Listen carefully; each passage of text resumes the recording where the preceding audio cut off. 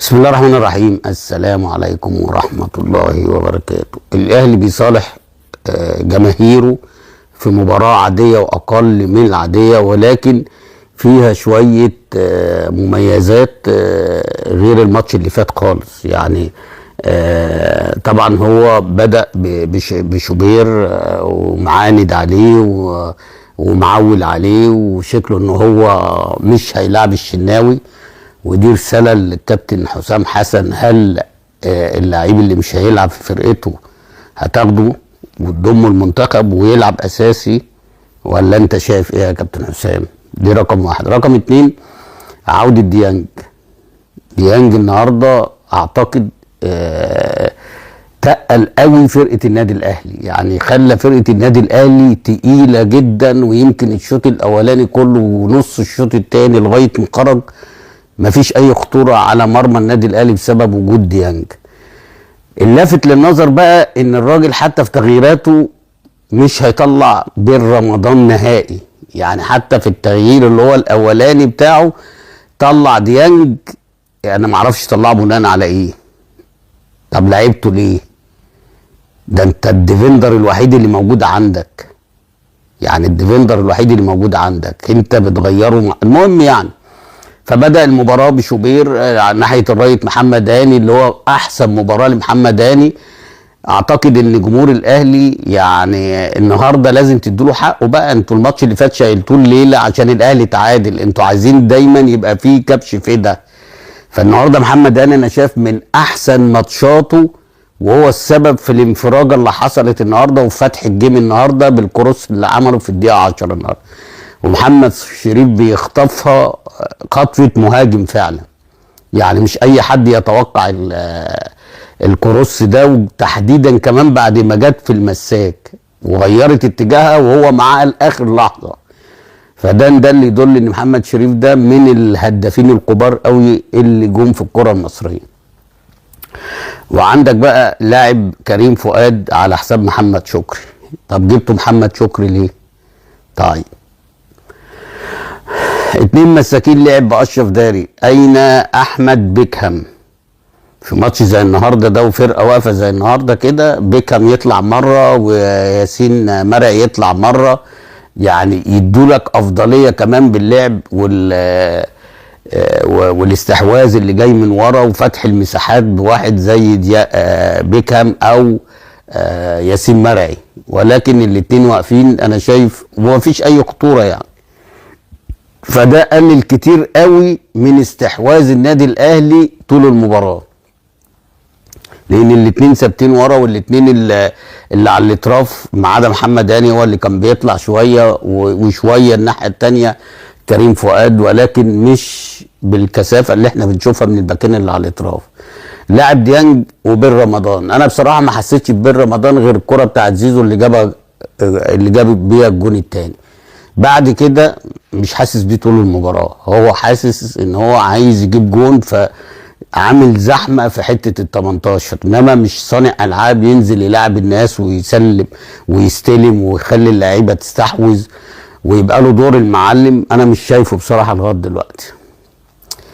لعب قدام بقى طبعا المجامله تريزيجيه، اللي انا لغايه دلوقتي غير مقتنع بادائه مع النادي الاهلي من اول ماتش باتشوكا الودي لغايه اللحظه دي. وبعد كده لعب بمحمد شريف، وبعد كده لعب باشرف بن شرقي وتحتيهم زيزو. يمكن الوحيد اللي كان بيقف على الكرة شويه زيزو وبعديه بن شرقي، ولكن تريزيجيه ومحمد رمضان بن رمضان كانوا انا من وجهه نظري عالة، ولازم كانوا يغيروا من اول التايمين. بقى انت كسبت 3 والجيم اتفتح بين التايمين على طول. اين حسين الشحات؟ اين طاهر محمد طاهر من الشوط الثاني؟ اين قفشه اللي انتوا قضيتوا عليه؟ يعني النهارده قفشه في جيم مفتوح زي ده يعمل لك جونين 3 غير الماتش اللي فات. ليه؟ لان الماتش اللي فات كله كان متكتف في كثافه عدديه في ال 18، فما فيش حد هيعمل لا ثرو باص ولا بينيه ولا الكلام الفاضي. فالنهارده بعد الكلام ده كله والجيم مفتوح وانت كسبان 3-0 كان لازم قفشه يلعب. ولكن بقى نقول لمين ونعيد لمين. طبعا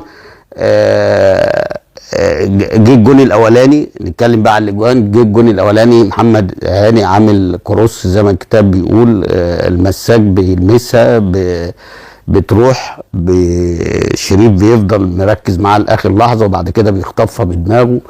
انا بقول من الاجوان الصعبه اللي مش هتشوفها كتير في الملاعب يعني. بعد كده الجون الثاني بتاع زيزو، استلمها من نص الملعب لعبها لبن رمضان، بن رمضان عملها له بالعرض، حطها بدماغه في الضيقه.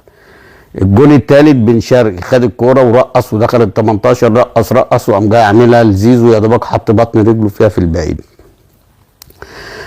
طبعا هم جابوا جون كارثي، جون كارثي.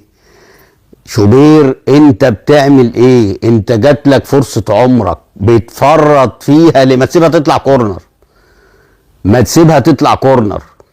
ايه المشكله لما تطلع كورنر؟ ما جه عليك يجي 5 6 قران ما فيهمش اي خطوره. ما تسيبها يا عم تطلع كورنر، راح تجري وتدخلها جوه الملعب عشان تيجي جون. طب كورنر وتترفع ويبقى فيها لغط كتير وبنسبه 99% مش هتخش جون، ولا انت تدخلها الملعب تاني يجي الراجل يحطها ببطن رجله في الجون؟ ينفع؟ يا ابني انت ما صدقت ان جه راجل زي ده وبيركبك في عز عنفوان محمد الشناوي. مش هتستغل الفرصه ديت. انسى بقى، انسى بقى، انا بقول لك انسى.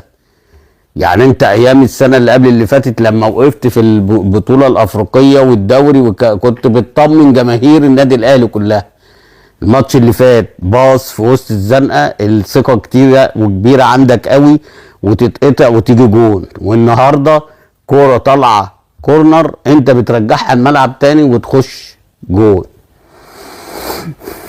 وطبعا انا لسه عند رايي التغييرات كلها سمك لبن تمر هندي. يعني مين مع كل الاحترام، احمد نبيل كوكا ده اللي ينزل عايز تلعبه لعيبه باك ليفت مكان كريم فؤاد، انما تلعبه ديفندر وسايب محمد رمضان بن رمضان صعب جدا، صعب التغيير. وبعد كده تنزل طاهر محمد طاهر وفي حسين الشحات وبعد كده في، لا بصراحه يعني انت بتجامل. وجريدشار اهو، جريدشار الجون الرابع محمد هاني عاملها من وسط الملعب انفراد تام.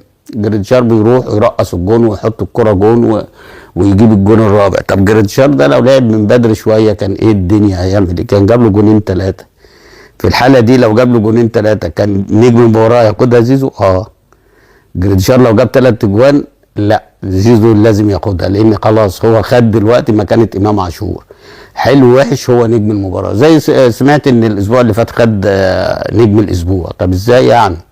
يعني جون محمد شحاته العالمي وعندك اللي اسمه دغنوم بتاع المصري جايب جونين في اول اسبوع وعامل الجون الثالث وعامل الجونين الاسبوع ده. مين اللي بيدي الجوائز دي يا جدعان؟ خلي عندكم ضمير شويه. الكويس ياخدها، المحترم ياخدها، يعني مش لازم يعني زي برضو المعلقين زيزو زيزو زيزو. يا عم اهدوا واتقوا على الصبر، اهدوا ما تعملوش فتن. على العموم يعني النادي الاهلي النهارده مباراه انا شايفها سهله جدا جدا، وكان المفروض يبقى السكور. تخيلوا ان كل ده والنادي الاهلي ما ضيعش فرصه، يعني 4 اجوان وما ضيعش فرصه. مش فاكر ان هو ضيع فرصه حقيقيه، مش فاكر يعني، حد يفكرني يعني.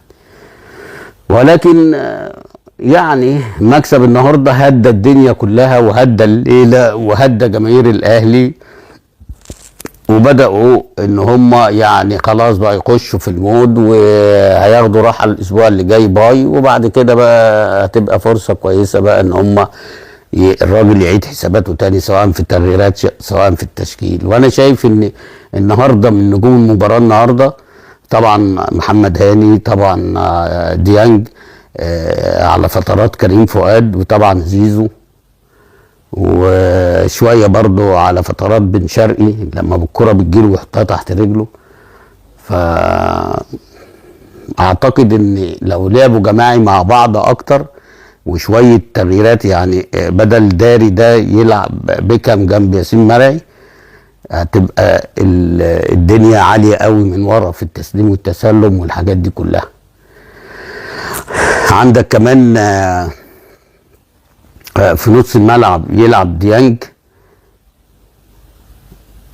اعتقد هيفرق كتير الفتره اللي جايه، ويمكن النهارده انا قلت لك تقل في نص الملعب وهو موجود، يعني هو موجود في نص الملعب كان فيه تقل لفرقه النادي الاهلي. وما اعرفش بقى بالنسبه لشوبير والشناوي دي بتاعت الراجل يعني.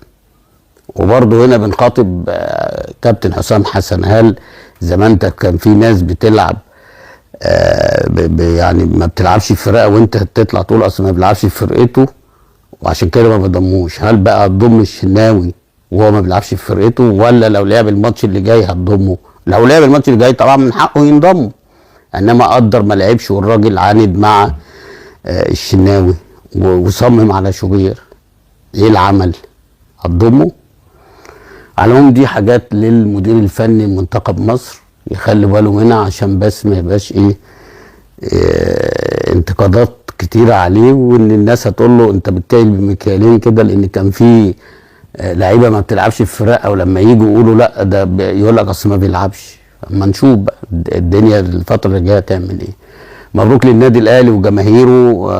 اعتقد النهارده الى حد ما الفوز ده هدى الدنيا شويه وخلى الامور بقت احسن من الاسبوع اللي فات. ان شاء الله اشوفكم في ماتش بكره باذن الله رب الزمالك والمقاولين. السلام عليكم.